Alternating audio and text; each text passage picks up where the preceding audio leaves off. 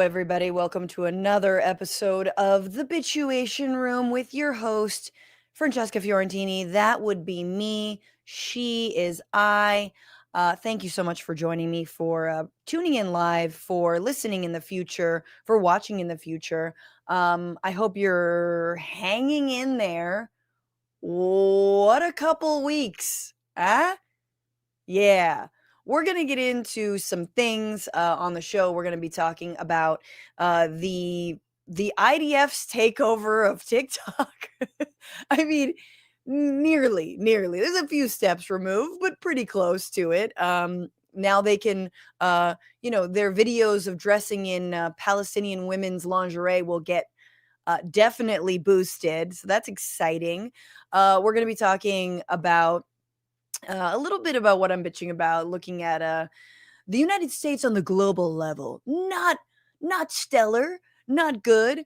We're also going to talk about the memorial slash white power rally that was the Charlie Kirk memorial.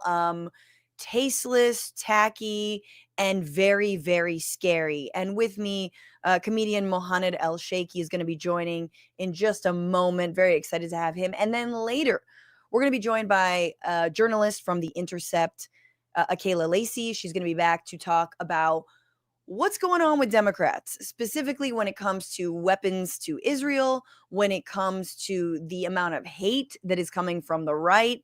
Nancy Mace is on one, but then like Marjorie Greene might be an ally, question mark. Also, do they have it in them to ride out?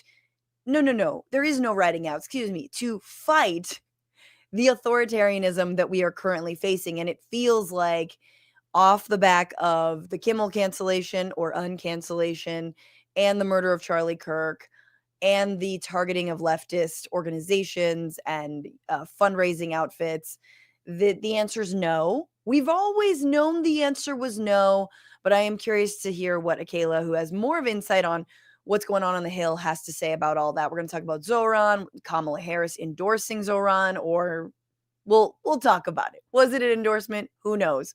For the meantime, if you're here, just palm the keyboard. You like the stream, you share the stream, you send in a super chat, which I will read at the end of the show. If you're listening as a podcast, you give the podcast 5 stars, you write something nice, make it a Hakeem Jeffries haiku, whatever you want to do with that time. That's your space. You could just do, ASDFGHI, you know what I'm saying? Whatever. Don't do that, but something cogent. What's your best take on acetaminophen? How is it your mom's fault that you are the way you are? You know what I mean? Just write this podcast a 5-star review. It helps people discover it. And if you're like, I don't like the ads in front of your podcast, it's annoying. I get it, girl. And here's what you do. You go to patreon.com/bitchuation room and become a patron for $5 a month, babe. You could even do $3 a month. Hell, $2 a month helps. $10 a month gets you that shout out during the fart song, and you get ad-free listening. You also get early access to all of our deep dives. I'm working on one that, granted, I've been very distracted from, but it's going to be good. So stay tuned. Hopefully the end of this week or early next week, it'll be dropping. You as a patron get 24 hours early access to it. You can be that person who says first. And you're also supporting these deep dives, these labors of love. Hope everyone enjoyed the Lord of the Rings one. Now go back and watch that hour-long RFK Jr. piece. And you also, not upcoming, but often you can get discounts on live shows. And I will be live next Wednesday in Pasadena at the Ice House with a brand new lineup for my show, New World Disorder. It's going to be so good. Also, Monday, October 13th at the Bell House. Tickets are going fast. Get them in the description wherever you're listening or watching. They should be there. It's going to be lit. Matt Lieb, myself, Daniel Mate of the Bad Hasbara podcast, and most likely a guestie. There's going to be some guesties. It'll be a good show. It'll be a very good show. So go and get that, and I can't wait to see you, in the flesh. As not awkward as I hopefully didn't make that. And also you get 20% off of our union made merch, which I am like deeply losing money on. So get your shirts, www.com.com. www.com is where you go. www.bitchuationroom.com. Put something in the middle there when your brain isn't farting so loudly. And with that, let me bring in New York-based, Libyan-born comedian who made his national TV debut on Conan, appeared on The Late Show with Stephen Colbert, and has been featured on Comedy Central and Don't Tell Comedy. He is a writer, currently a writer for Wait, Wait, Don't Tell Me, and the host of You Could Do That on Television podcast. Please welcome Mohanad Elshieky. Hello. Hi. Wow, you're Hi. busy. I am. I've been busy and I'm happy with that because I cannot be alone with my thoughts. No, it's no one should be alone with their thoughts Mm-mm. these days. No, no, Um, I mean, we're not allowed to have certain thoughts these no. days. And I have managed to filter those out. All of my thoughts now are patriotic and it's just a national anthem playing in my brain on repeat. Totes. I've got "You're a Grand Old Flag," which was I had a very patriotic third grade teacher, and I think Hmm. she was probably one of the most scarring teachers. You ever had like a really patriotic teacher, and you're just like, "This is extra," and I'm 9, like you get like Pledge Allegiance is one thing.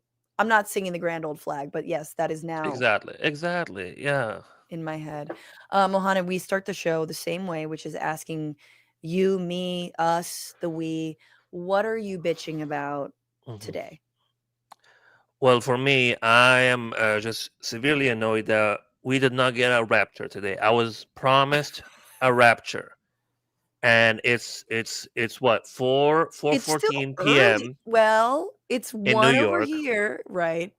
Yeah, but I assumed it was like East Coast time, like not to be an East Coast elite, but except I thought it was our time. And here's the thing: I grew up Muslim, so I think the rapture is not happening to me. It's just happening to other people. I looked around and I'm still surrounded by very annoying people, so they have not been raptured.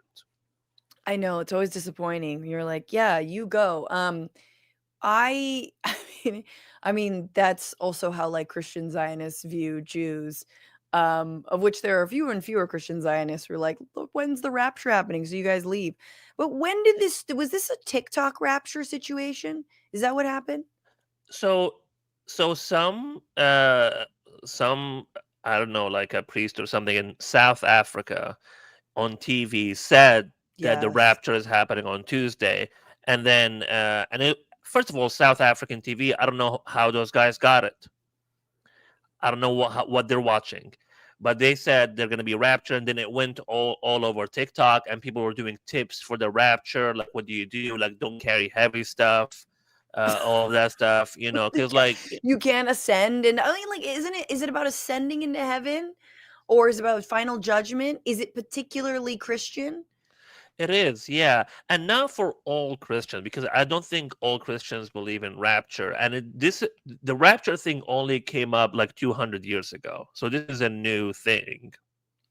I'm pissed because, of course, the rapture would happen on a Tuesday when I'm doing my show, and I've not prepared for it. So it's like Exactly. I don't have jokes written. I don't have like the backstory.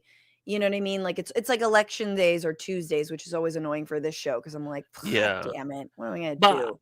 I'm also thinking maybe it's been postponed because there's a UN meeting today. I'm like, oh, this is a bad day for Rapture. Yeah, I know. I wish it had been on Sunday during the Charlie Kirk memorial. That would have been fun. I'm having some rapture with my headphones Oh, here. that would have been great because it would be like God has to do it like in only one location. I I'm like, know. oh, I'm you like, guys are all here. Nice. Here you go. exactly. The good ones are there. Take them. Go. Take them. Exactly. They're right there. Um, I would not mind if they all go to heaven as long as we can stay here alone by ourselves. oh, I'll dude, stay that's on how I feel Earth. about every anti-choice protester outside of Planned Parenthoods, where I'm like, I'm sorry, are you gonna be in heaven? No, thanks. Yeah. Mm-mm, No, that not is for not me. that is not heaven for me. Yeah. Like you with a bloody fetus poster, you're just not my type. I don't really want to hang Mm-mm. out with for all eternity with you. The Mm-mm. worst Absolutely people. not. Absolutely not. You So want to be with sinful people for eternity? You're gonna have vanilla sex for eternity? Shut the fuck up. Just missionary for forever.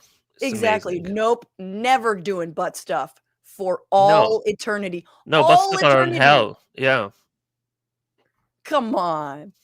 yeah. Um, Mohanad, I'm bitching about something.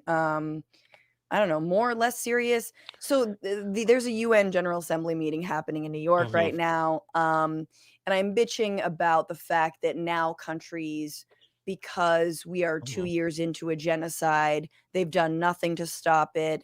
They haven't restricted weapon Hmm. sales to Israel, are like, ooh, recognize a Palestinian state. Hmm. Um, bingo, you get a badge of statehood or whatever it is we do Right, now right. with states. A standing army? Ooh, not quite. But so uh just just this week, last year Ireland, Norway, and Spain recognized a Palestinian state. Now Britain, France, Australia, and Canada did.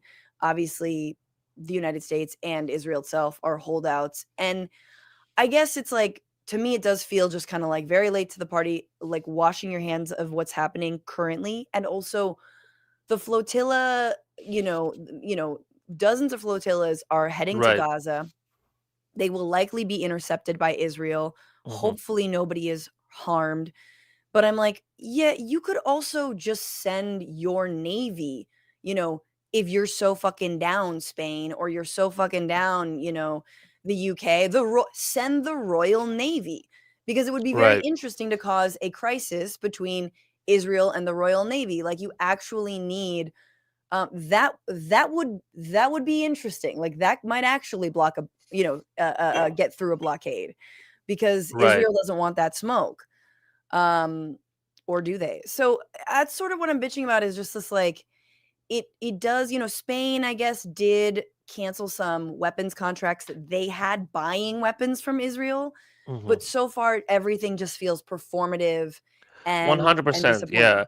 I think there was a bigger chance of Spain sending their navy to bring Kimmel back than send them to Yeah. Israel. Yes. No, exactly, exactly. And we understand, like, I'm not saying obviously Americans are we have our entire Hmm.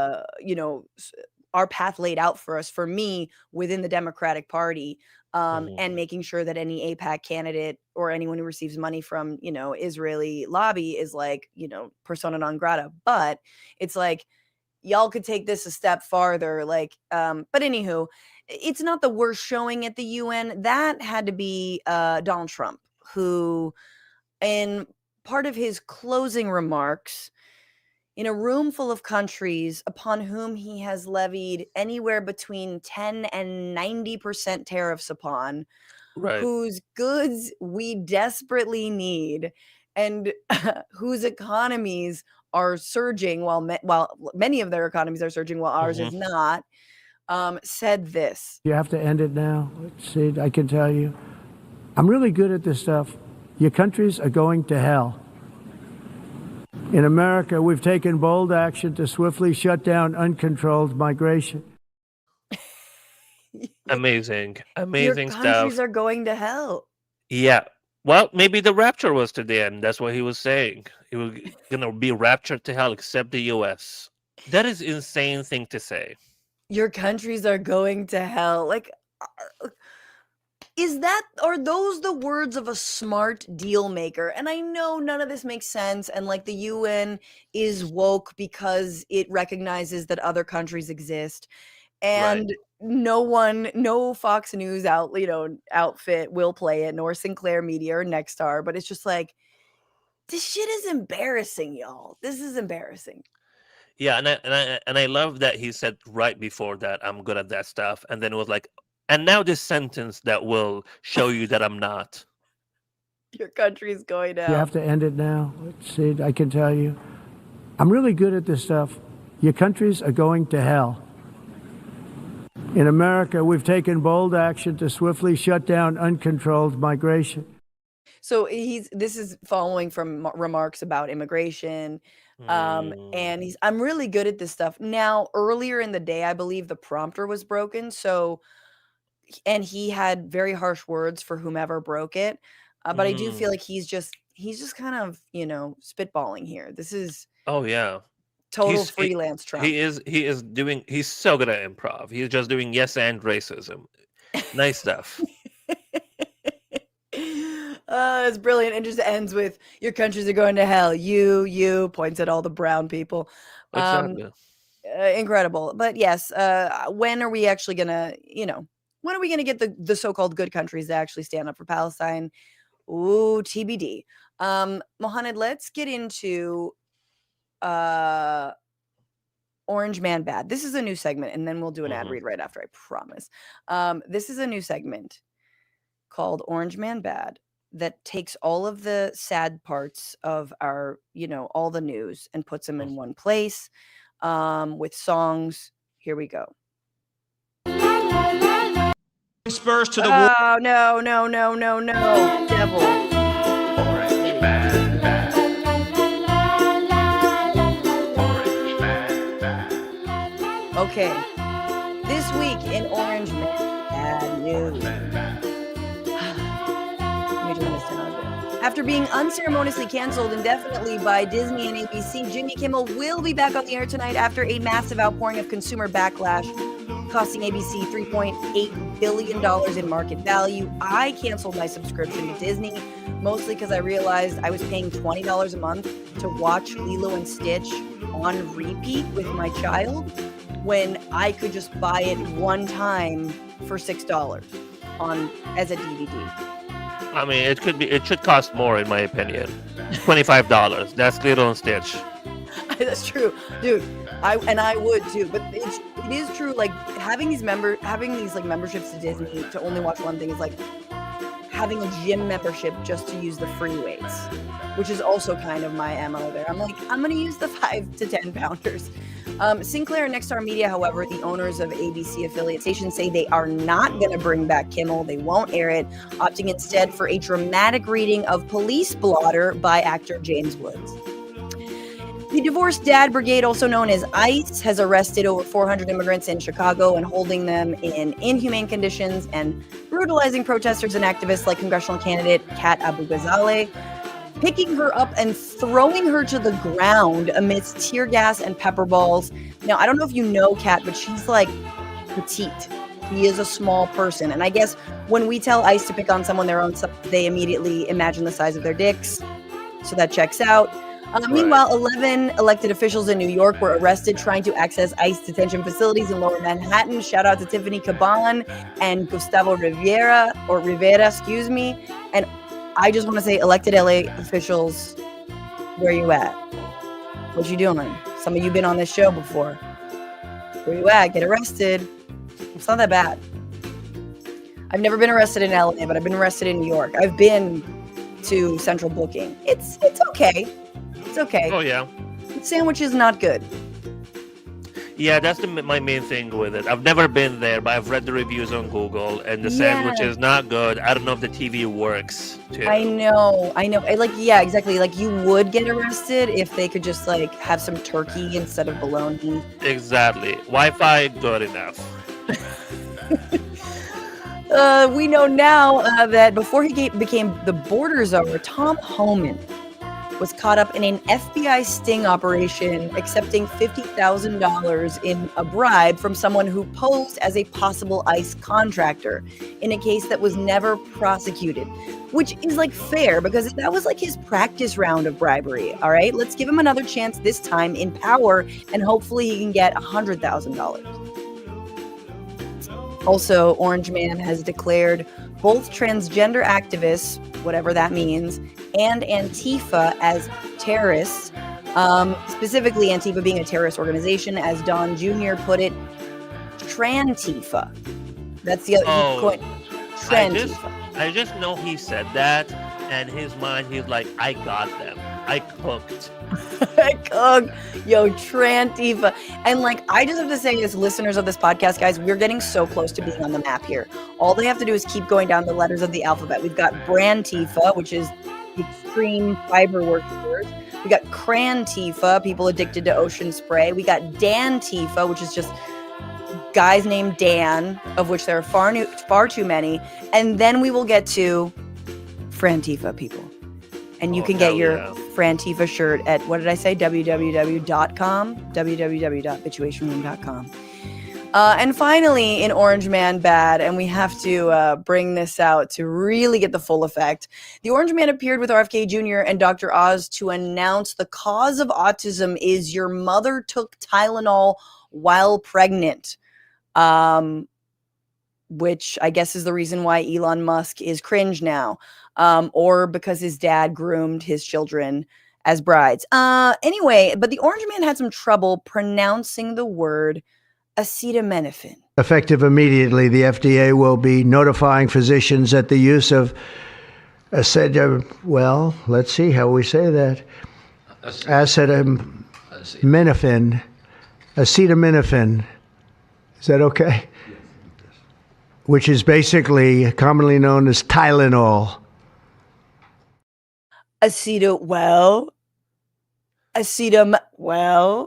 amazing to stop down in the middle of that. It's so good. I would have said plow through, and whatever it is I what want to it know what is. his mom took for you to not be able to say that. That's what aspirin does to you. You take it, you cannot pronounce words anymore. No, but for real, my immediate thought of like, what if I had chosen advertising as a career instead of gone into basically media criticism was like, that's such a good ad for Tylenol. Like you doing exactly what you just said. Like it's acetaminophen, it's Tylenol. Like it's so funny. It's Yeah, so funny to me.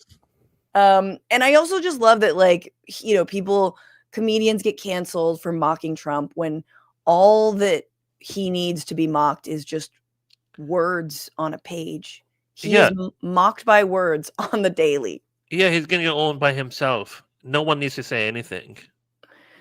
Yeah, absolutely. Just let him cook. Let him anti-cook. Let him just where was he going with that if no one had helped him out? It could have been anywhere. Yeah.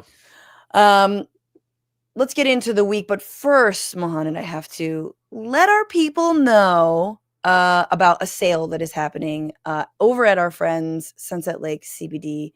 Very excited to announce that as soon as I can find my copy, which somehow I've lost. I'm crushing it today, and I would ask for you all to shut up. I already took Mohanad out, so now I'm just sad. Yes, everybody, it is officially fall. Thank you, brain.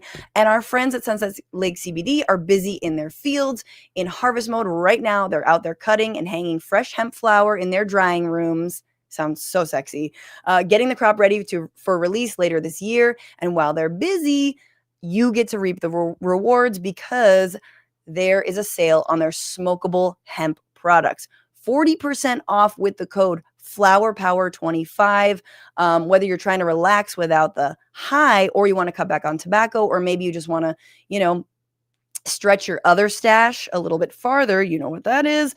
You can go to Sunset Lake CBD and get 40% off their smokable hemp CBD products. So go to sunsetlakecbd.com, use code FlowerPower25 and save 40%.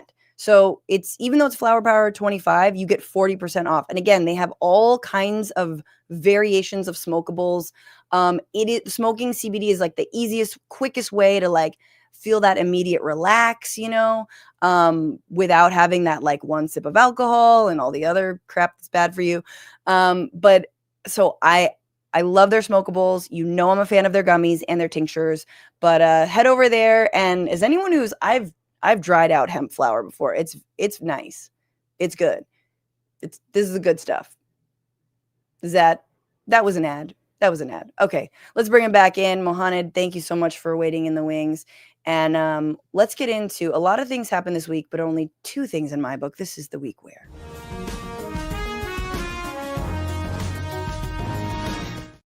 So this is the week where I'm kind of happy I never learned how to use TikTok. And I think I'm the only one. Like, I think you've adopted, most normal people have adopted, most comedians. Right. I was forced to it.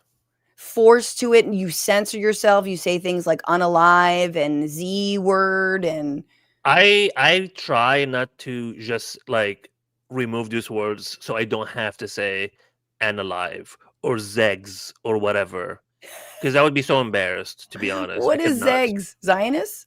No sex, but they write it Oh, SEGGS. oh my God. Segs. Yeah, Segs. yeah, Segways. yeah. It is truly one of the most embarrassing things to happen to humankind. But also like terrifying because it's a little bit of like obeying in advance. In fact, it's the most obeying in advance is censoring yourself on social media. Which is funny because a lot of comedians would be like, "No one tells me what to say except the algorithm." Exactly. But so now, again, in part because of all of the speech that was happening around Palestine and the genocide, Mhm. we know that there was a vote to force the sale of TikTok, last year, before Trump even got into office. Mhm. And now in July, TikTok hired a former IDF instructor to be their public policy manager for hate speech, Oh, which, nice. To just be fair, they had to get a hate speech expert. And who else but an IDF soldier? It's like I've done that so many times. exactly. Oh, trust me, dehumanizing an entire people, got it.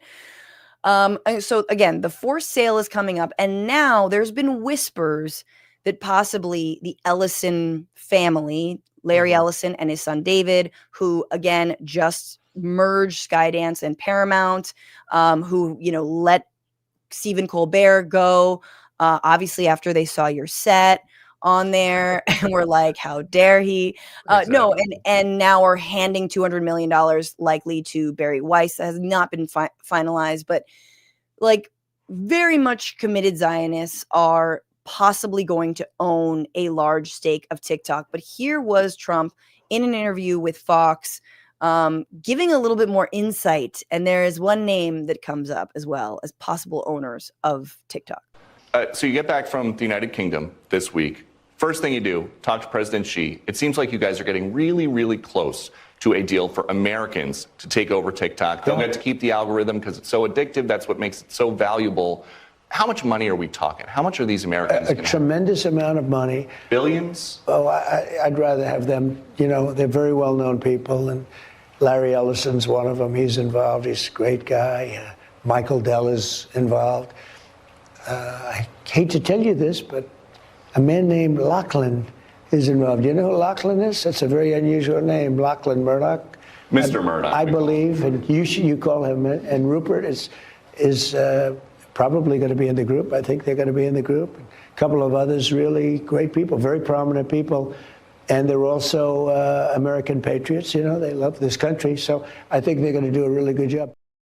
I love the Mr. Murdoch, we call him. Wow, we never say Lachlan around here. Like he was sweating like Truly crazy. so pathetic. I am sorry. I'm never calling anyone named Lachlan Mr. Also, Lachlan, I feel like is like there's only one Lachlan, and that's Sarah McLachlan Right. in my Right. 100%. 100%. Thank you for backing that up. Yes. So now it seems like he goes, Trump, I hate to tell you, but it's going to be Murdoch. So there's going to be, it could be, I don't know what's worse. I actually think the Ellison the father would be worse as an owner Right. of TikTok. I'm just very excited to see what Zionist algorithm would be like. I'm so excited for all of those videos that get ready with me as we establish illegal settlements in the West Bank or something Yes. like that. Get ready with me, yeah, while we shoot live ammunition at children. No, it is kind of that dissonant. I mean, Israeli soldiers will do that kind of stuff. They 100%. think they look so hot in their little Nazi uniforms. They're all about that. And the reason I say I think that Lachlan or Mr. Murdoch might be a little less bad is here is Larry Ellison a few years ago at I believe it was a Friends of the IDF fundraiser, talking about Israel. Tell us, what is your connection to Israel? Well, The renewal of the Jewish state is something that I think touches all of us.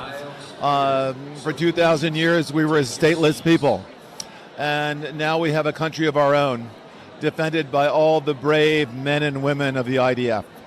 So anything we can do to support them, who devote their lives for preserving the state of Israel. Now, Paige is correcting me that actually it might just be an amalgamation of all these guys, that everyone is going to be in part involved. So the Ellisons, the Murdochs, and whomever else. So, like, I don't know. I'm not wedded to TikTok enough to know what this could do, but I feel like people will be boycotting. I don't know, you think, but then I feel like there's gonna be enough propaganda around it by creators who want to be in it, who are gonna justify still being on TikTok, and then people are just gonna follow. Right. Yeah. Well, there's also the I mean, people argue for Facebook. Like, we still have to post there, and it's important because everyone's, aunt is on there, and it's like, yeah, okay. And I post on, Facebook, and I guess that's good. I mean, Meta in the grand scheme of 2025 feels like the least evil corporation, and yet in 2016 it was probably the worst. No matter how much Zuckerberg is trying to remake and rebrand himself. But it's all just like this forced sale shit is the most fascist ass corporatist thing I think we've seen, because fascism, again, the merging of corporations and the state. We're seeing that. The FCC asking for Disney and ABC to suspend or fire Kimmel, and then they, in turn, in kind, respond. And honestly, I would love you to weigh in on this, because even though Kimmel is back, I think the writing is on the wall. They'll realize they didn't do it the CBS way, and they should have, which is, sorry, you're not earning us enough money. Right, because they brought that back. They brought that after they got him suspended. You were like, oh, but it's not making money, and they're not enough views. First of all, you did not know that before. Yeah, like that. Also, we know that is not the reason. You literally made it clear that it was because of what he said, and you cannot just be like, no, and not enough ratings. I'm like, shut up. Yeah. Stop No, it. absolutely. And we'll see, what kind of pressure. There's still pressure campaigns on Sinclair Media and Nexstar, which are refusing to air Kimmel. But it, all, again, like we said before, I said, on last week, all of this, the wheels were greased for this kind of, free speech and this censorship regime because of speech around Palestine that has been censored. And people losing their jobs, and it's like, oh, we can just do this. And now Ellison also, I mean, if they buy Warner Brothers Discovery, it's curtains. Yeah. It's curtains for anyone on CNN. It's curtains for anyone on HBO. I don't know, Mohanad, what do you think about this broader? Like, before we move on, to me, like, the scarcity of jobs anyway, the scarcity of because of these mergers, because of the tech takeover as well. I mean, obviously it is very, very bad, and it's, I don't know, just getting worse and worse as we go. But I also think, just because like Kimmel got suspended and like other shows are getting the same treatment as well, like that just goes to show you these people have been censoring themselves, not saying anything about Palestine, not talking about Gaza. And it's just like, it doesn't matter. Just be brave enough and say those things, because they will cancel you the second you say anything. It doesn't have to be that. It could be something very, very small, like literally mentioning Charlie Kirk. Yep. And that's it. Not even talking shit about him, just mentioning the circumstances around him. So now you got canceled for that. You could have at least used your platform in the past to say something. And that goes the same to all the people like who in the entertainment industry who are like, just not saying anything and just like being like, no, I don't want to, I don't want to like lose jobs or whatever. I'm like, in the future, soon enough, you are silent and you're still not going to get any jobs. Now what? Yes, You're a exactly. coward and unemployed. Absolutely. And no, and that you're a coward and unemployed. I want that on a shirt. And I think like that's it's also, I think, speaks to how people got to where they were in the first place, is by largely playing it safe. I mean, I think that, Colbert and Kimmel, I think, are definitely, everyone's making fun of Fallon because they're far edgier than Fallon is. But like, there's something, there is a certain amount of signing away your soul of like fluff and bullshit that you do to even like ascend to that kind of level. You have to be safe for TV anyway. And if you can't point out this insane moment we're living through where everyone left of center is being targeted with their life because of what happened to Charlie Kirk, then what the fuck good are you? And so I think it's, I know there's like stipulation. I mean, Sinclair Media wanted Kimmel to write a formal apology to Charlie Kirk's family and then make a donation to Turning Point USA. I'm like, and we know that Kimmel's not going to do that, but we will. Yeah, of course. I think this is kind of a lesson of like, yeah, like what do you really stand for? Like, also, I'm sorry, like I've watched some clips of that, like the Charlie Kirk, was it like a funeral or something? I don't know what. Oh, we're like gonna that. get into it in one moment. Okay, but yeah, I think everything that happened in that event is more offensive than anything that Jimmy Kimmel has said. It's insane. Let's get into it, actually. It's a good segue into talking about the insanity that played out over the weekend in Arizona.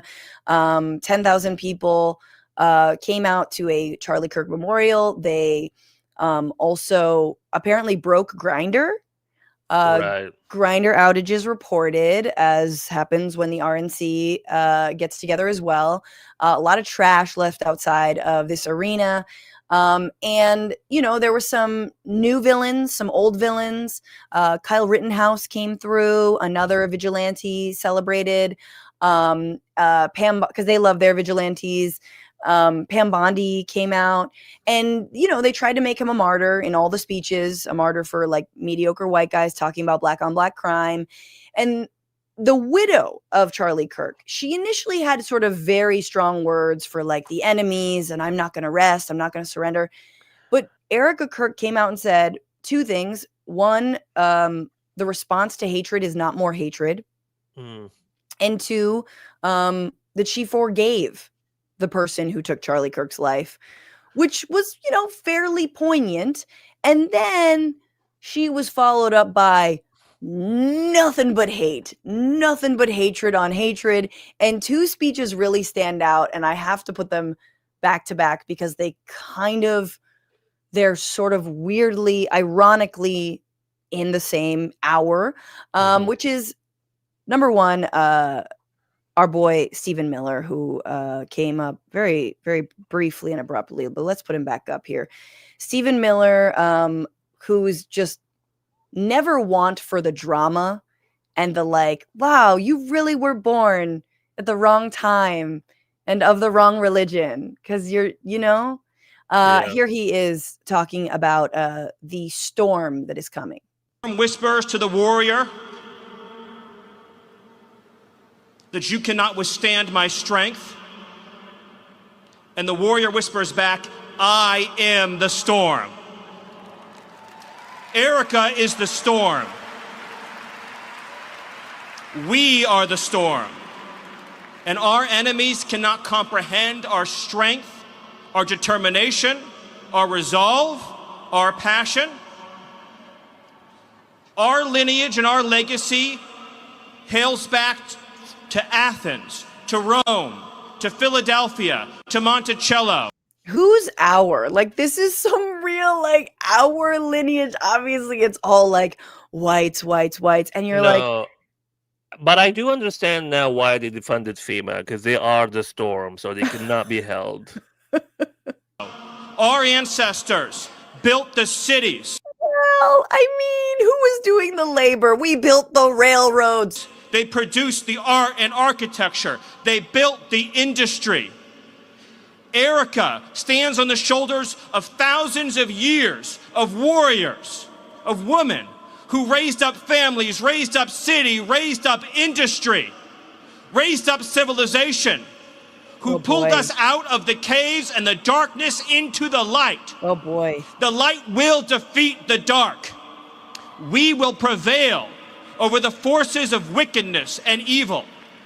They cannot imagine what they have awakened. They boy. cannot conceive of the army that they have arisen in all of us.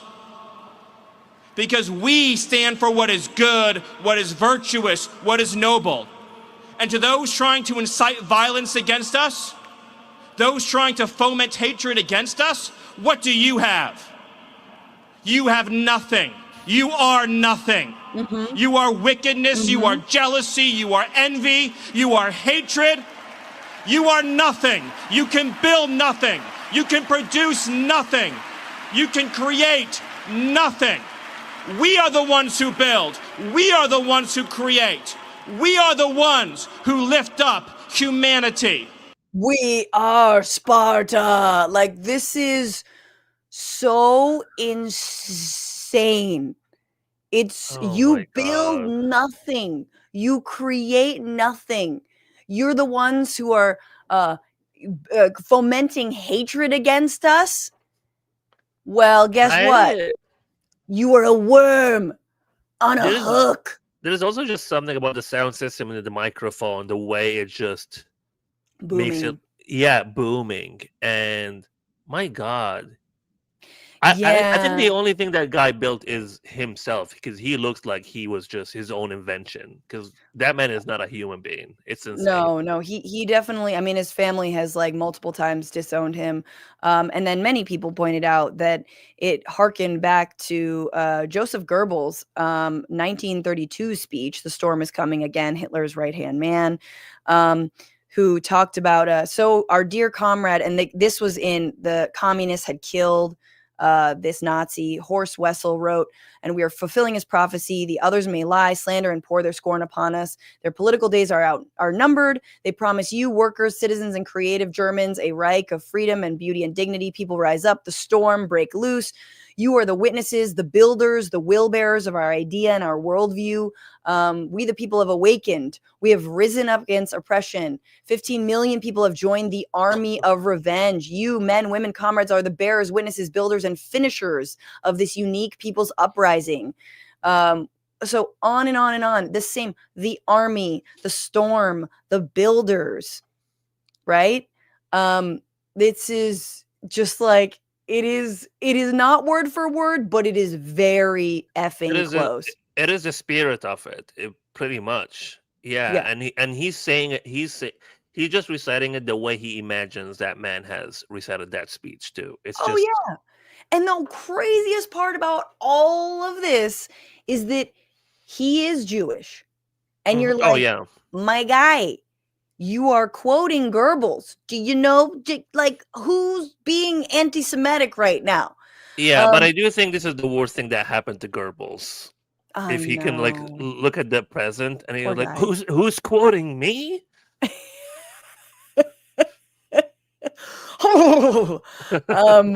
Then, okay, now the dissonance did not end there, because here's Tucker Carlson talking about the murder of Charlie Kirk and likening into it the murder of Jesus Christ, who he and many, far-right extremists, evangelicals and whatnot will blame on the Jews. They say it was the Jews. And just like they're talking about now in right-wing spheres, and not just openly, Marjorie Greene, Tucker Carlson, and Candace Owens are some of the people who have been dabbling in the Israel killed Charlie Kirk narrative, to the point where Netanyahu himself has come out. Have you seen this? He's like 3 times he's been like, it was not us. Like, we only kill brown people. He has been denying it openly, which is such a weird way to like gas a conspiracy. But here's Tucker Carlson in one of the most dog whistly ass far-right anti-Semitic statements I've ever heard. Ultimately, he was a Christian evangelist. And it actually reminds me of my favorite story ever. So it's about 2,000 years ago in Jerusalem, and Jesus shows up and he starts talking about the people in power, and he starts doing the worst thing that you can do, which is telling the truth about people, and they hate it, and they just go bonkers. They hate it, and they become obsessed with making him stop. This guy's got to stop talking. We've got to shut this guy up. And I can just sort of picture the scene in a lamplit room with a bunch of guys sitting around eating hummus, thinking about what do we do about this guy telling the truth about us? We must make him stop talking. And there's always one guy with the bright idea, and I could just hear him say, I've got an idea, why don't we just kill him? That'll shut him up. That'll fix the problem.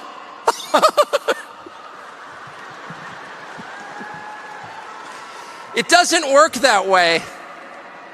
It doesn't work that way. Everything is inverted. Oh God. I do. You know what? I do not remember anything that he said before that laugh. I'm just haunted. But I truly thought he was just like, what was that? What was that? That's insane. Like, I feel like it's natural because it's so unnatural. I don't know how you would force something so diabolical out of your face. It's also so funny. It's just like he kind of like you see like at open micers and stuff. Like if you see any like the crowd is like, you know, feeling you kind of like get loose and get excited and then say something batshit crazy. That is him exactly. He saw the crowd kind of like clapping, smiling, and he was like started doing impressions or whatever. I'm like, what are you doing right now? What are these voices?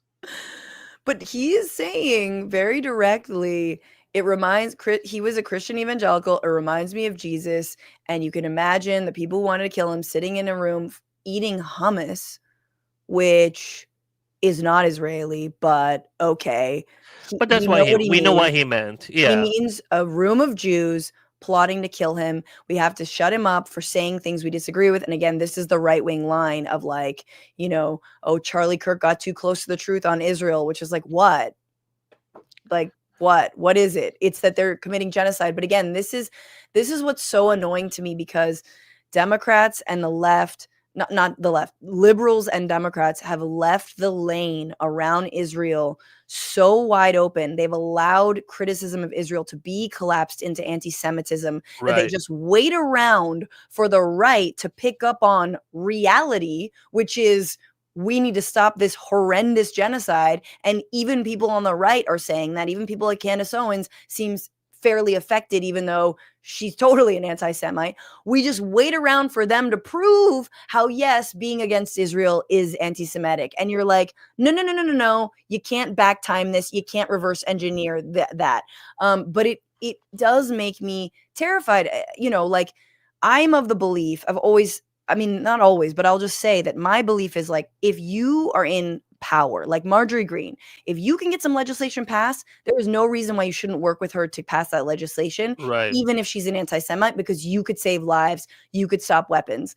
But I don't owe Tucker Carlson or Candace Owens or anybody any flowers, because these people are doing it to dog whistle to their Nazi base. No, I love when people would say stuff like, you gotta hand it to him. No, you do not. You do not gotta hand him anything. You don't have to do that. You don't have to do this thing where you're like, I cannot believe that I'm agreeing with Candace Owens right now. Yeah, because you're stupid. What are you doing? Yeah. I also like that if he ever runs for office, the supercuts of that evil laugh. You know, remember how like Howard Dean, progressive candidate in the Democratic primary, got taken out because he had the like, hoo-yah, hoo-yah, like he had a really weird battle cry, and everyone was like, that was gross. That was kind of like cringe or whatever. Like, for those of you who don't know, please look it up. And this is gonna be like, like that's just constant. We're just gonna have a president, oh God help us, who's just gonna burst into that. No, I mean, it really will be like Tucker v. Vance, and we'll be like cyanide. It's also like, imagine showing this to someone and being like, and by the way, this is at a funeral. That laugh.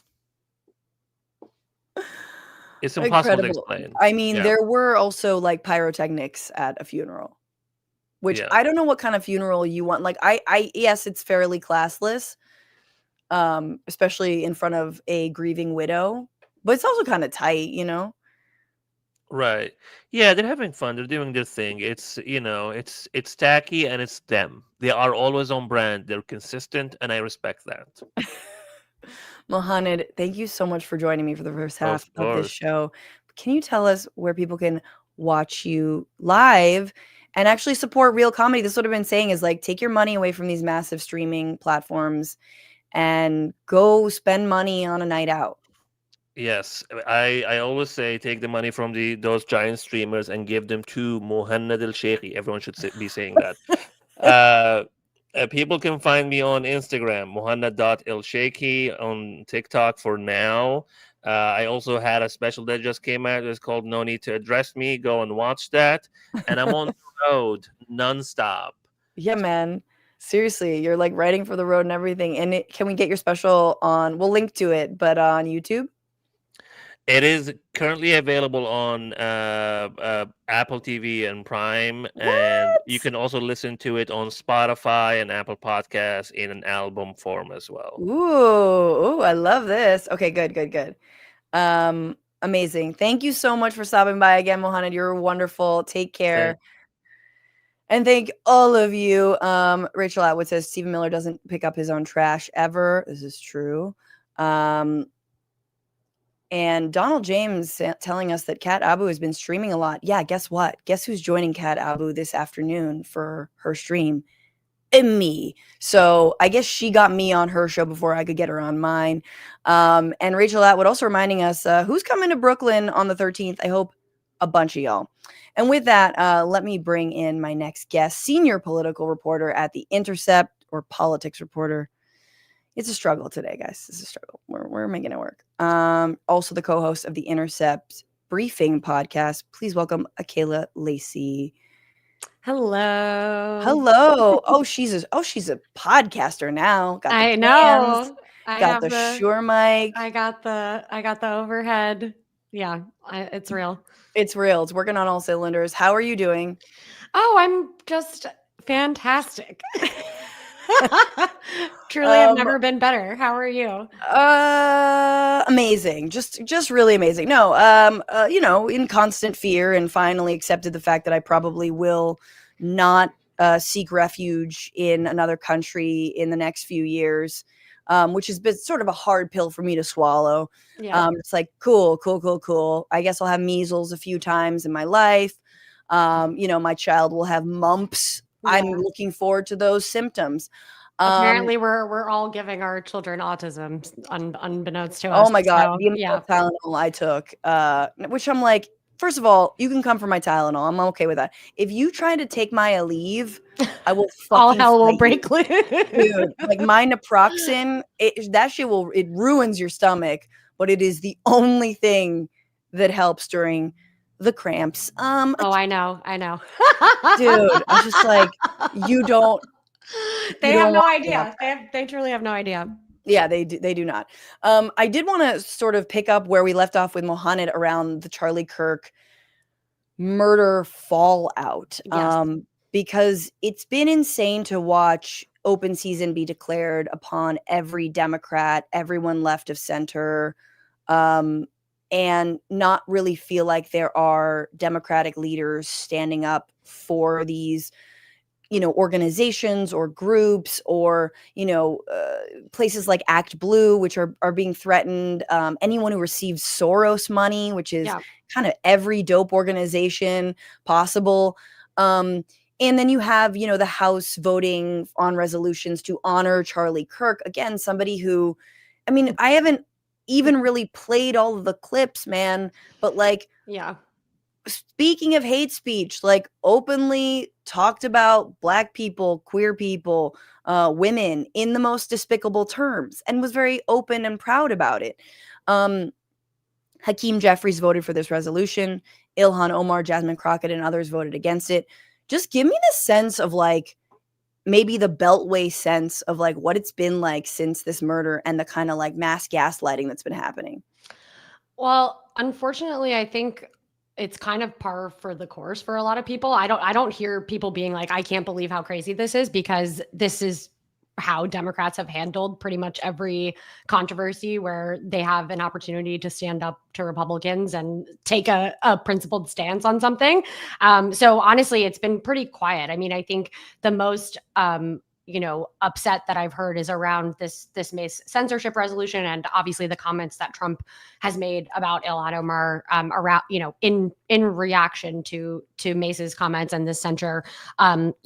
Luckily every single Democrat voted against it, which actually is not, in the past, Ilhan Omar has come up against so many of these sort of red herring attempts to censure her or condemn her or condemn other concepts in her name that Democrats have either, supported or voted against in one hand, and then on the other hand said, well, she did make some mistakes. And so, we've covered a lot of that. And so I think it really is unfortunately par for the course, which I think is like extremely alarming in so many ways. And it didn't pass. So you're talking about, because Nancy Mace has basically been like, to put like her anti-trans vitriol on pause for one moment to nonstop attack Ilhan Omar in an insane fashion. Yeah. And this censure, it didn't go through, correct? No, it failed, but it failed by one vote. Every Democrat voted against it, and 4 Republicans joined with them to vote against it. But actually, I mean, we'll get to this, I think, a little bit later. But it's like, you don't have to hand it to those Republicans. You don't have to hand it to any of these people for condemning something that is so clearly nonsensical. The resolution also doesn't quote anything that she said. It references comments that she made in an interview with Ziteo, with Mehdi Hassan, in which she said that the killing was horrible. She had empathy for his family, and also spoke truthfully about the political implications of his rhetoric, and also talked about the fact that she has faced, Islamophobic attacks, death threats, harassment, et cetera, all sort of part and parcel of the image of America that Charlie Kirk was trying to push. Yes. But Hakeem Jeffries did put out a statement backing up Ilhan Omar against Nancy Mace's comments. He said that they were racist, unhinged, and xenophobic, which I think is some of the strongest language that we've seen him use on this stuff. But as you're saying, he still voted. He still voted to honor Charlie Kirk, and it's just like, okay, well, you can't have it both ways. But I was saying about the censure resolution.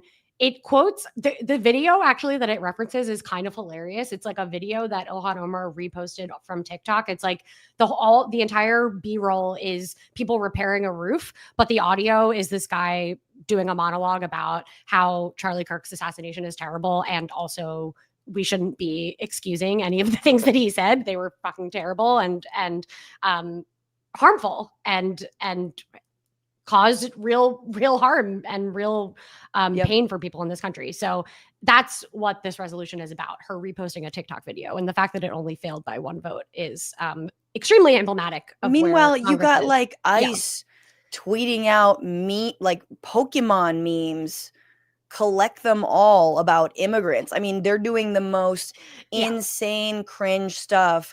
And to give you a sense of like, I don't have the clip from Ziteo, but she's going to always bring it. And actually, it kind of brings me to this question more about Representative Omar, who I feel like is more on the cutting edge of where I think some progressive movements are at. And she's sort of meeting this moment. And she's saying things like this. It was the video where it called him Dr. Frankenstein and said his monster shot him through the neck. I mean, obviously this is a person, and looking at this is someone who was a husband and a father, and in the days after his shocking death, that happened as a result of his views, or it happened as a result as he was sharing his views publicly with people, that people found it jarring to hear such criticism of that in the immediate aftermath.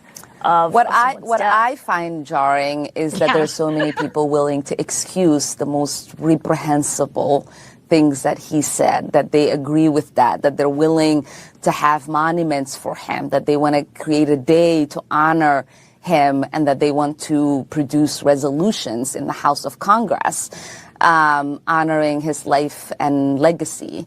It is one thing to care about his life, because obviously so many people loved him, including his children and wife.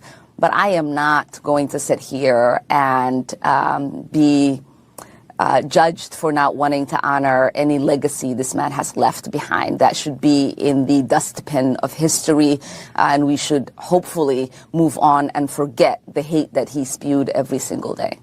Ooh, like that to me is so perfect that actually we should just move on and forget the kind of hate. I mean, we will not, sadly. The hate.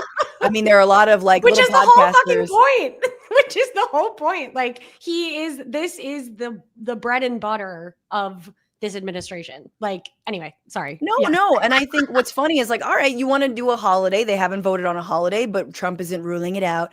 And it's like, okay, cool. We will then use this holiday to talk about hate speech every year because you want us to keep playing clips. I mean, the farther we get away from his murder, the more okay and clear-eyed people are about who this person was and what their legacy was. And so it is refreshing to hear someone in office be so unafraid of, whomever, a lobby, her voters. I mean, instead, like that is the kind of stuff that I feel like that kind of bravery is rewarded. And, again, I do feel like, she's kind of edging out for me people like AOC when it comes to like the boldness of their stances. So anyway, that's, I don't know if you have any other insight into Ilhan Omar. Yeah, I mean, I think she comes at this from a very realistic point of view. Like I said, she has faced some of the most horrific harassment, death threats, et cetera, against herself, her family, her children since she ran for Congress. One of the first Muslim women elected to Congress at a time when we had the Muslim ban, she just comes at this from a very, she's not worried about maneuvering within the party. And I think that has probably, that has cost her in a lot of different ways. She was removed from the House Foreign Affairs Committee. She was, she didn't, rise to leadership of the Congressional Progressive Caucus. And I think someone like AOC, there's headlines about her potentially running for office. She spoke on the stage of the DNC last year. These are the two kind of like dueling pathways that progressives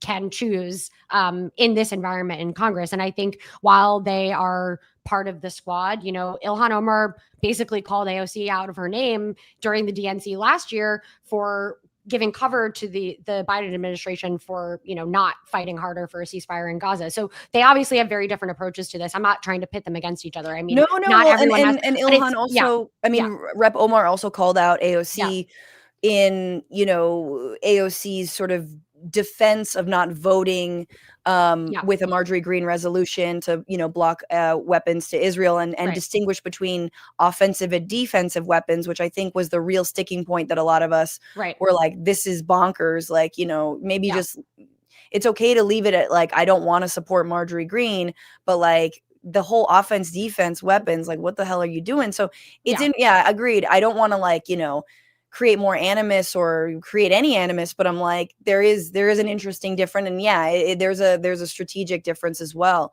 And let's talk about bombs and weapons to Israel, because recently the majority of the Congressional Progressive Caucus, 97 congresspeople, voted to support Delia Ramirez's Block the Bombs bill. It doesn't, to be real frank, it doesn't restrict all weapons to Israel, but 4 or 5 of some of the biggest munitions that are sold to Israel. The CPC is under new leadership under Greg Kassar. This is a massive sea change from 2 years ago. These are people who, some of them received AIPAC money and are now turning on it. Please weigh in. What do you think this means for the future of the Democratic Party, the future of this issue in the Democratic Party? Well, you already said part of it. I mean, this is kind of unimaginable if you go back to just like 2018, right? Like there would be, first of all, this wouldn't even be a resolution in Congress. The fact that this was introduced at all is indicative of a sea change. The fact that it has so many sponsors, including people who, as you said, have taken AIPAC money is incredible. I think the question that I have is whether they stop taking AIPAC money or are held to account for saying that they want to condition weapons, but will take money from the single most powerful entity working against that policy. That all remains to be seen. But one interesting tidbit, there's a group called the Institute for Middle East Understanding Policy Project that started running ads encouraging people to call their representatives and, push them to sign on to the Block the Bombs bill. This was right after Mamdani's win in June, Zohran Mamdani in New York City. And they started running ads in districts where Mamdani won those districts. So like Dan Goldman, I think they ran it. I don't want to misquote, but there were a couple of other districts that they ran it in. And I think 4 of those people who had those ads run in their district have since signed on to this. And that's interesting because there has never really been a pro-Palestinian advocacy group running political ads. And they haven't put a ton of money into it yet. Like it's a very fledgling project, but they're seeing results. And I think a lot of people have been asking for such a long time. People thought Justice Democrats was going to be this. People thought, other groups would maybe step in and become who's going to be the AIPAC of the left, right? And so I think that is just, they're not working with anywhere near as many resources as AIPAC. I don't mean to compare them in that way, but it is very, it's a very new development. Is it a coalition of organizations? So it's my understanding is it's just IMEU Policy Project, but I could be wrong, which is incredible because they're very small. Yes. But yeah, it's a watershed moment. And I think a lot of people have been asking for a really long time, like, what is the point of the Congressional Progressive Caucus? Like, why do we have CPC members who are also part of these moderate caucuses or who are voting consistently against progressive priorities? I think we're seeing more attempts at organization under Khazar. And obviously they have this clear policy priority that they can rally the left around. Whereas I think prior to 2023, there was more tepidness around trying to rally, the progressive caucus around issues around Israel, even though people, there began to be criticism of Israel when sort of the squad was elected in 2018. And they're scared. I mean, I think it's good. It's good that they're scared of this. They see, 90% of Democratic voters are against sending weapons to Israel. You have Kamala Harris saying that that's why she thinks they lost the election. That is, I don't know if you've seen that, the excerpts from her book. I mean, she's basically saying yeah, it's crazy. So wait. We'll get to Harris in a second, but I didn't realize. I read the excerpts of the book were, actually it was Biden should have gotten out earlier and it was hubris. And it's yeah, we know that. But what did she say about Palestine? She basically said there's a section, I should pull it up. Maybe you guys can pull it up at some point, but there's a section where she's talking about, she thinks that voters who decided not to back her, Gaza was the number one reason that they decided not to back her. Biden's response to Gaza was inadequate, Harris says in a new book. Yeah. I had pleaded with Joe when he spoke publicly on the issue to extend the same empathy he showed to the suffering of Ukrainians, the suffering of innocent Gazans, but he couldn't do it while he could passionately state I'm a Zionist. His remarks about innocent Palestinians came off as inadequate and forced. And this is just this is so pathetic, though. This is mega. You don't have to hand it to her, but I do think it is remarkable that she is coming out and saying that and I'm not saying she was right. We should have backed Kamala Harris. Don't get me wrong. I'm saying the fact that she sees the writing on the wall and she's trying to now get out ahead of that. No, I think I actually think that's a really good point because sometimes what we do and what political pundits will do is they will focus on the drama between people versus the actual issue. And it was how I felt during, is Biden mentally competent, before the debate debacle, which is you realize they were having the conversation, then October 7th happened and all these pundits shut up and then they started talking about it a year later. You know what I'm saying? So it's you're right. Let's not she's right. She is right. And she also could have pivoted and done this. She was the candidate after all. Yeah. It's do you care more about pissing off Joe Biden or do you care more about winning the election? Kamala? Exactly. And so effectively the book is it's this man was a coward and I was a bigger one. And I did nothing to stop it. Yeah. And, and it's why? Because on a wing and a prayer, maybe you'll win. Right. Oh God, I hope my internet isn't fucked. So yeah, that's huge. It's good that, you know, she's coming out and saying it, admitting it. And while we're on Kamala, she was on Rachel Maddow last night on MSNBC and said this about Zohran, because as you have reported, you know, there's been a lot of reticence to endorse Zohran, someone who really didn't make Palestinian human rights number 1, 2, 3, 4, or 5 of his campaign. I mean, No, he's maybe just 5. Muslim.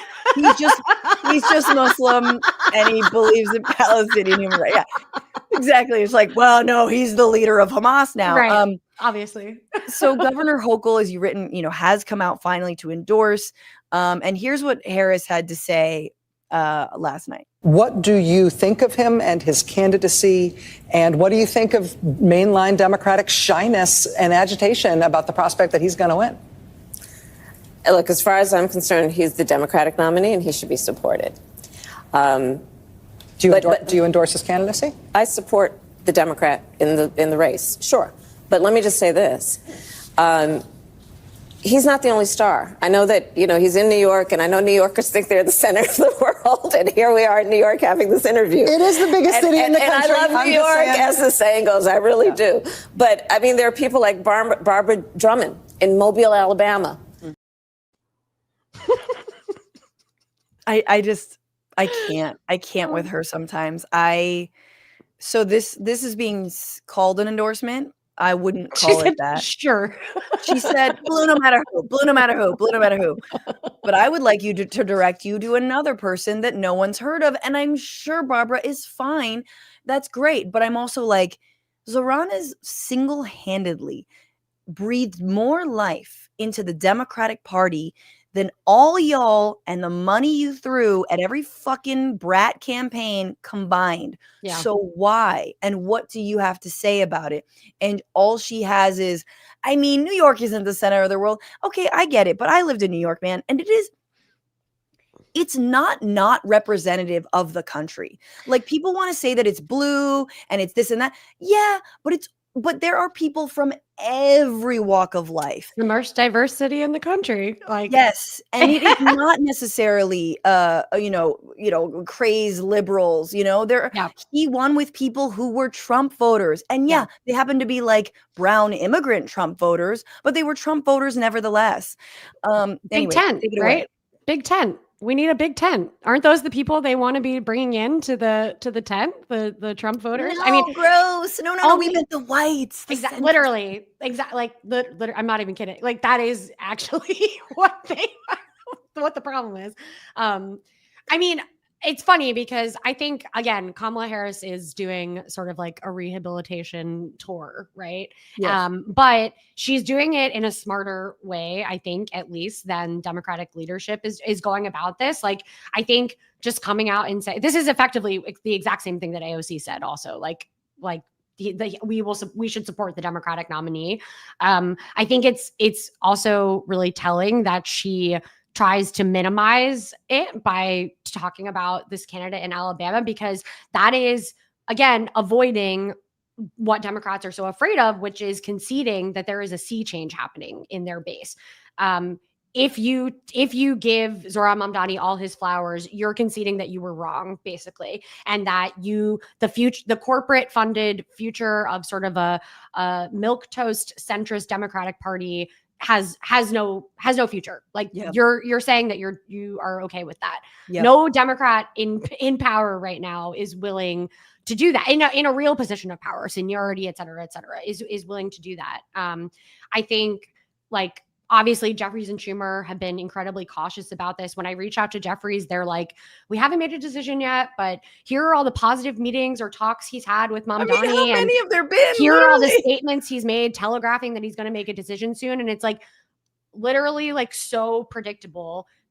And this is the public criticism that so many have of them, which is that you cut off your nose to spite your face, right? Like, you're so concerned with not coming down on the wrong side of something that you stay on the sidelines so long that people lose all faith in you because you have no principle.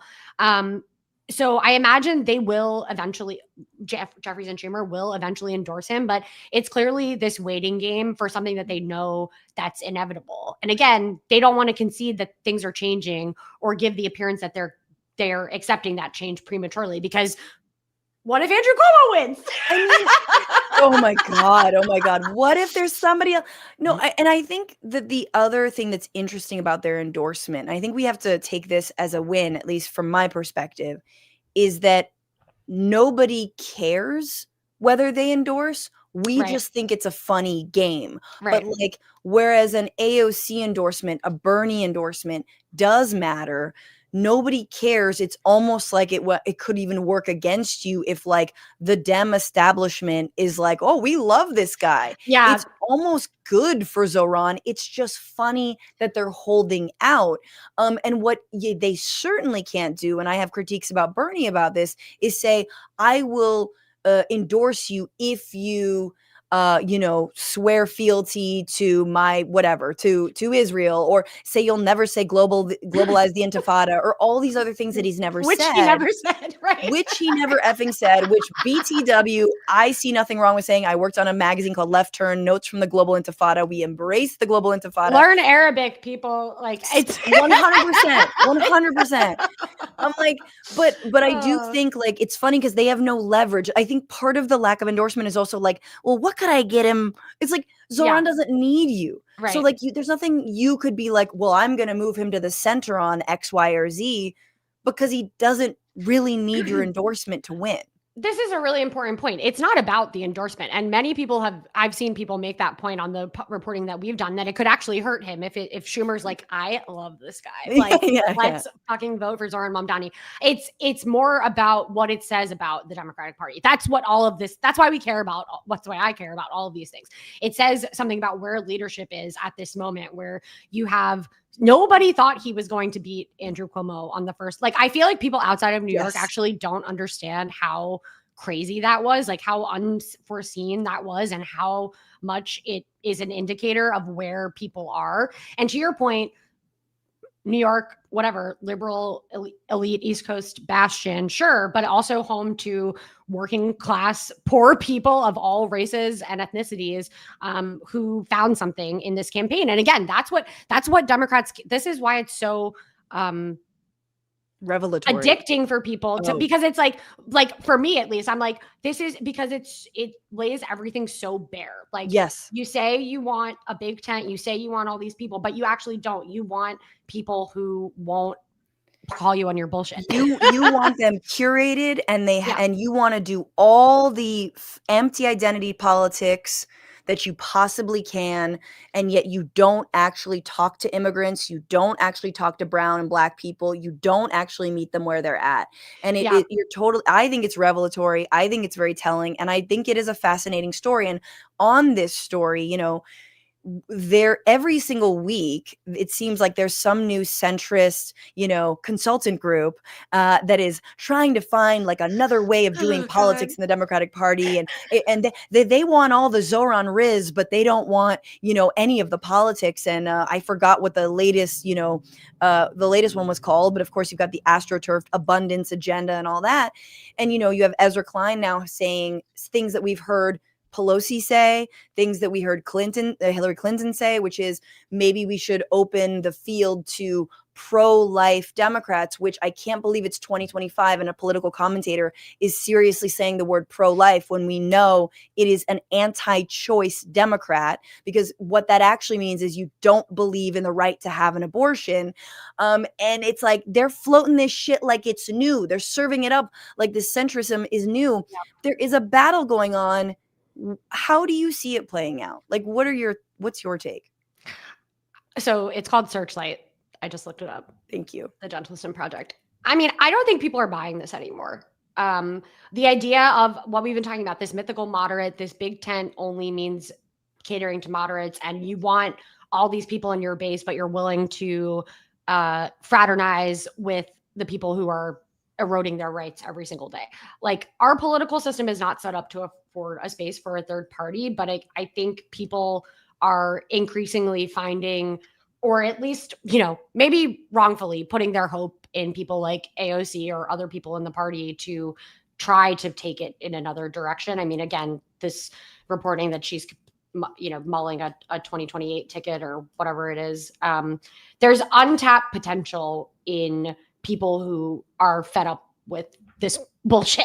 And, I don't think anything shows that more clearly than Gaza and Israel. I mean, also the comments on like I'm mixing a lot of things together, but I'm thinking of the Ezra Klein column. This is all part of the same thing. This idea that centrism will save us, that explaining away, the bad things that Republicans will do will save us. The comments on the Ezra Klein op-ed on like the Charlie Kirk thing were completely dragging the New York Times through the mud. And I'm going to bring this back to this Gentleson thing, but like the people that Adam Gentleson is catering to and that this group is catering to is not the Democratic base. And like who Ezra Klein is writing to is not the Democratic base. It's people in their own inner circle and people in the donor class. Like this idea that someone's going to buy that bullshit column in the New York Times, or someone's going to buy that this new group that actually wants to 4 years ago, Democrats were saying that the abortion issue was going to save them. That's what many people chalked up the midterms win to, was that people were so pissed off about the overturning of Roe v. Wade. And then you have, again, a couple of years later, they're coming out and saying, actually, like, the complete opposite will help us win. Who among us thinks that even if Kamala had won, that by September of this year, they would have lifted a finger for abortion rights? I don't. Right. I mean, I think that, and we see how hard they have fought authoritarianism in the last 9 months. And it's just like, people didn't believe them because it had been so many years of, again, using this issue to get votes and then not actually delivering on it. But I guess I feel like, I hear you that it's for the donor class, but it's also for like people who read and think they're smart because they listen to Ezra Klein class and they lean their political beliefs.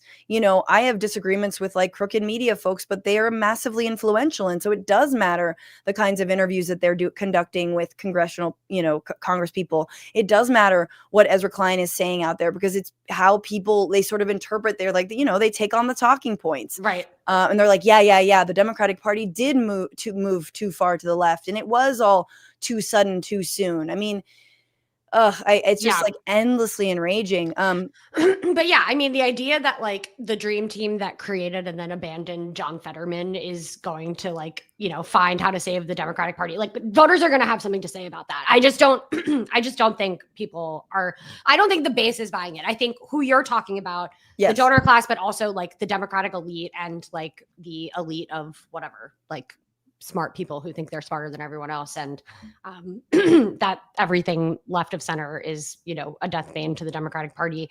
Like they're sure they might buy it, but like those are not the people who elected Zohran Mamdani. Those are not the people who like decided not to support Kamala Harris in 2024 because of Gaza. Like that, those are the things that have political electoral effects. I mean, I think that I really do think that, if AOC runs in the Democratic primary and gets close, I think that a lot of this is hindsight on Bernie's strategy, right? Like Bernie's strategy only gets you so far. I think it's a good strategy. I think you have two parties to work within. I also think he should have run independent in, probably at least one of those elections, but he's been in the Senate for so long and really did consider Biden a friend and wasn't not just willing to run independently, of course, because of the stakes of 2020, but wasn't willing to call him out or actually have like a fair, a real fight, a real debate in the same ways that he did Clinton. But I feel that energy of wanting an independent, wanting a third party. And I think it has to come sadly from the top down, in my opinion, meaning I agree with the people who say, if AOC made a break, that's the only thing that could actually bear out, right? It's not going to be Jill Stein coming out the woodwork again. It's not going to be some rando.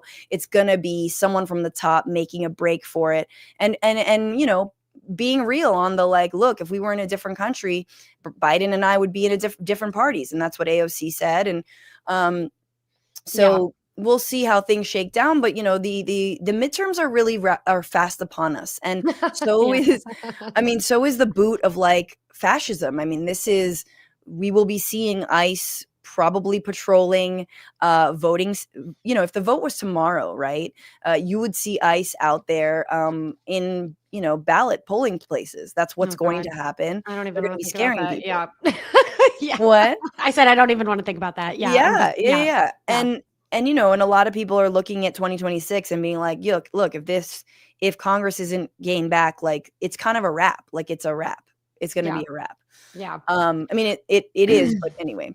Yeah. I agree with most of what you said. I don't think we're at a place where an independent can pull away far enough. Like, I just think the Democratic, the ticket sort of familiarity is too strong, and it's a self-reinforcing problem. I'm not saying that I think it should be this way. I just feel like it's not quite there yet. I don't know. I could be completely wrong, but no, I think I don't know. I don't know if there's a right way to campaign.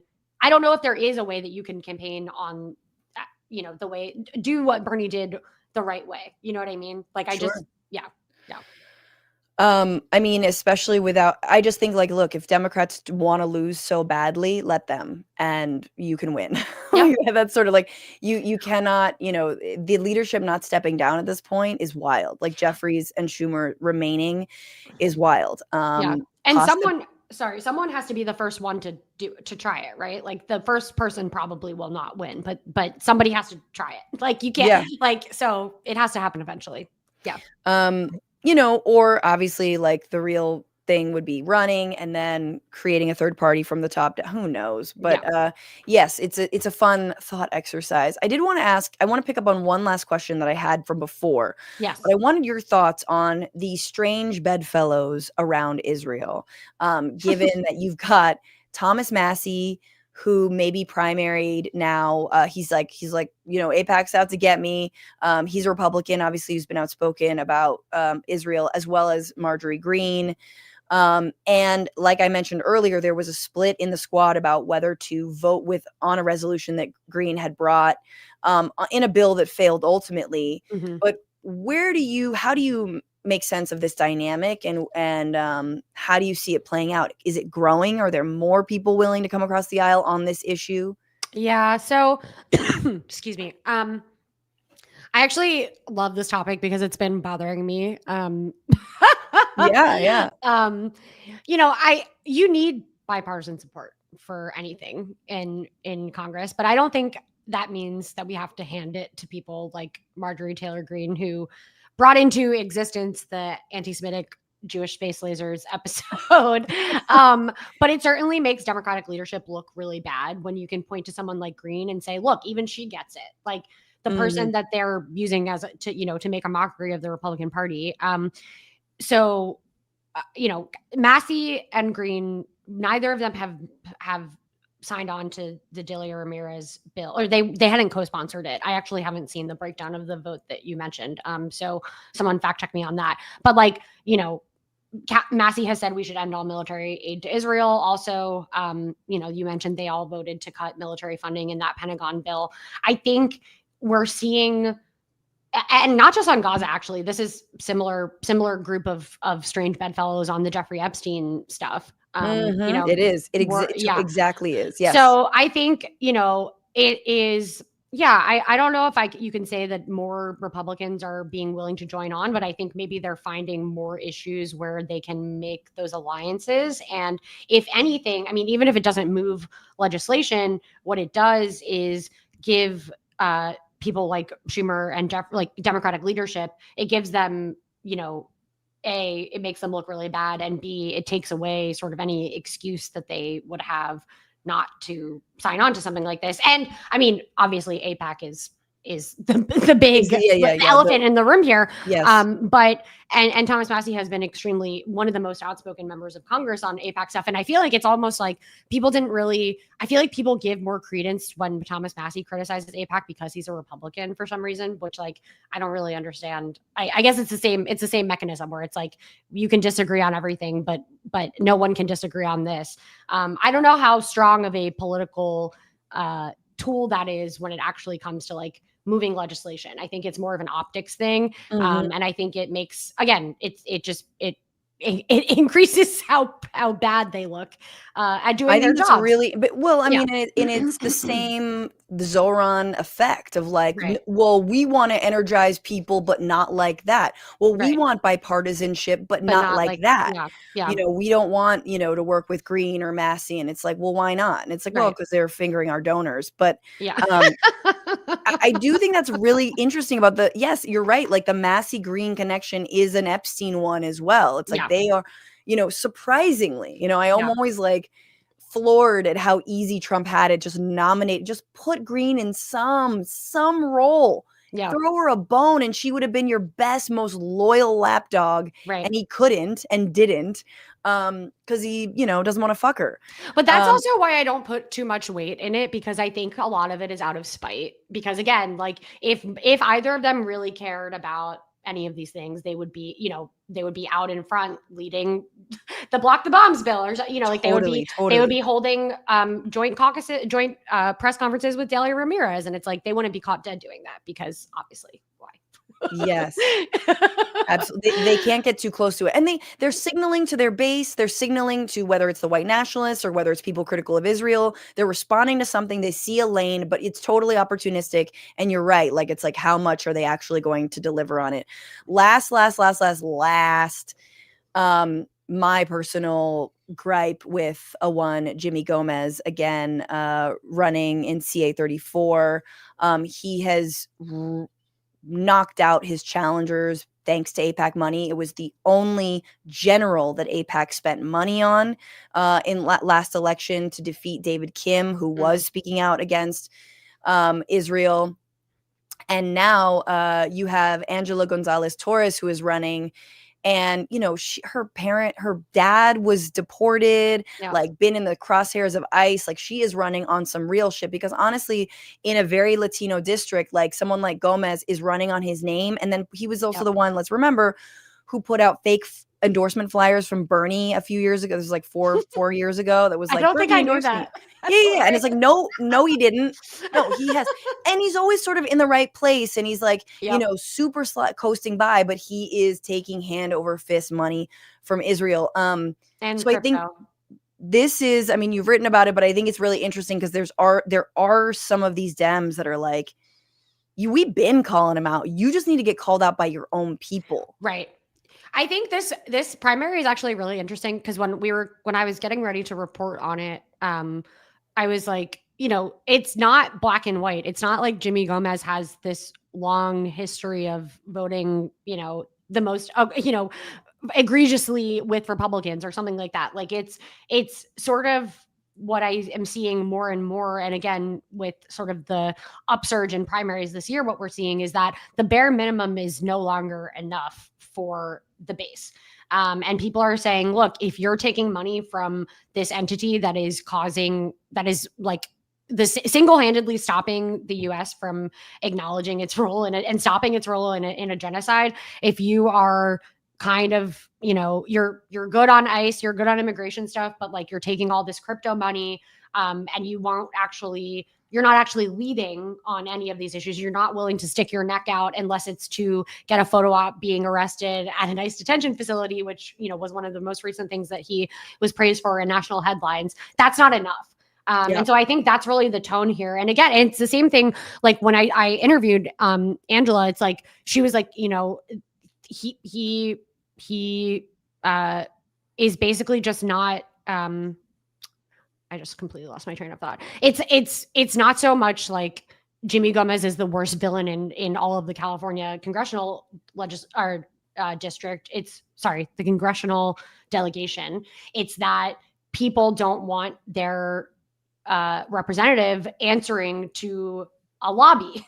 No, and this is the most, right. And it's such a seat that is gettable. Right. This is so safely blue, and like we are so beyond blue no matter who. I mean, I think you're right to say voters are actually demanding more. And I didn't know that he got arrested outside of ICE detention facility, which is like goes to show that nobody fucking cares what he does. Truly, nobody fucking cares what he's doing because it's all performative bullshit. I created the Dad's Caucus. Shut up. You know what I mean? Like, who cares? Nobody cares. What is that? Yeah. Like, yeah. no, seriously. Like, you know, and for real though, I've run out to him on the street like weeks after, you know, it was like a couple months into the, you know, war genocide. And I was like, stop taking that money and you'll have, I was like, you will have fans you will have people who will ride with you if you take a stand on this. Right. He's like, I don't do stuff to please, you know, the was like, oh really? Yeah. You just do stuff to please your donors. It was hard. We both had our kids with us. It was weird. But that's such a great point because honestly, like if he really didn't want to lose a primary, you could just come out tomorrow and say, I'm going to stop taking APAC and crypto money. And like, it goes like what? Like it's literally so simple. Like you will have people who will ride with you. You will not have to deal with this. You wouldn't have to raise the money from APAC to then defeat the challenger because it would be you. Right. And again, it's like I don't think this is a gettable district. If they, I get what would APAC do? Run some, you know, AstroTurf candidate from the right? I don't see it. I don't see it they happening. don't care enough. That's the thing. They don't care enough. They want to preserve what they like. I guess, yeah, they want to preserve what they have. And if it's someone like a Muslim or a Latina or a Black woman, they're going to like go after them with all of their might. For sure. But they've been okay with Jimmy until, well, he must have some skeletons in his closet to be like, I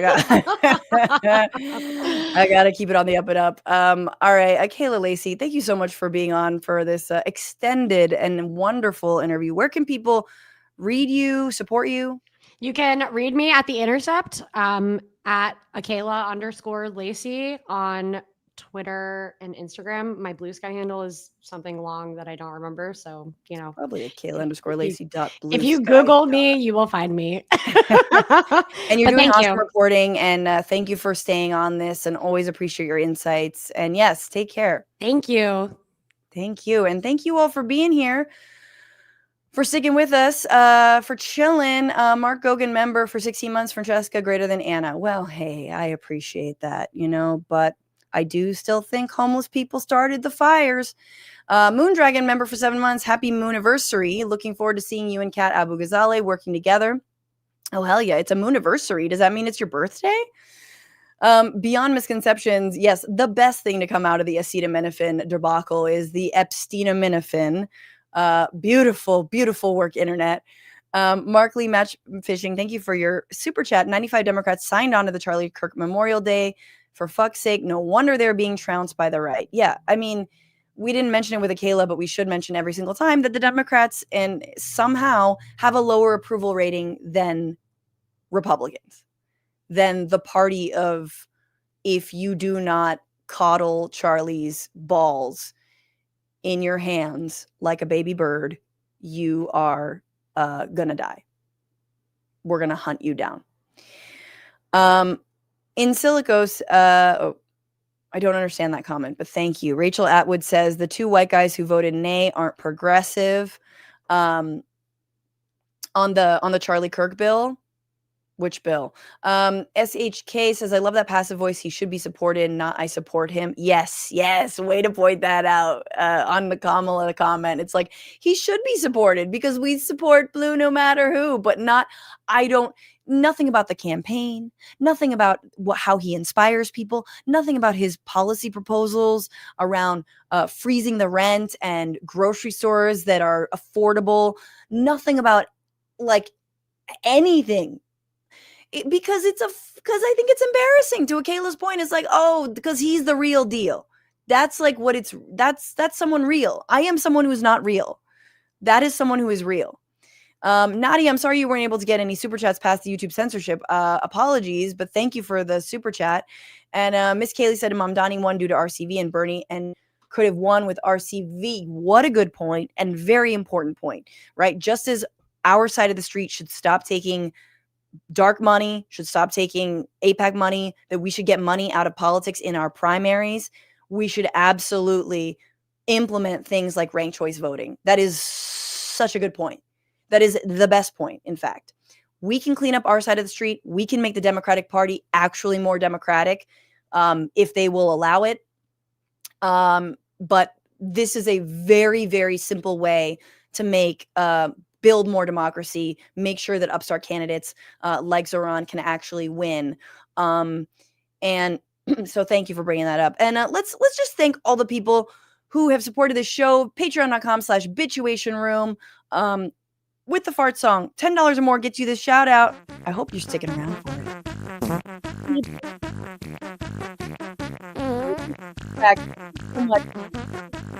Person.